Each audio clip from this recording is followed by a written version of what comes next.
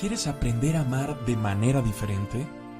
¿Quieres conocer el amor y la lealtad incondicional de los animales? Atrévete a adoptar una mascota. Mi amor canino anda perdido, buscando que alguien lo quiera adoptar. Quiere una dueña que sea buena y lo saque a pasear. Mi amor canino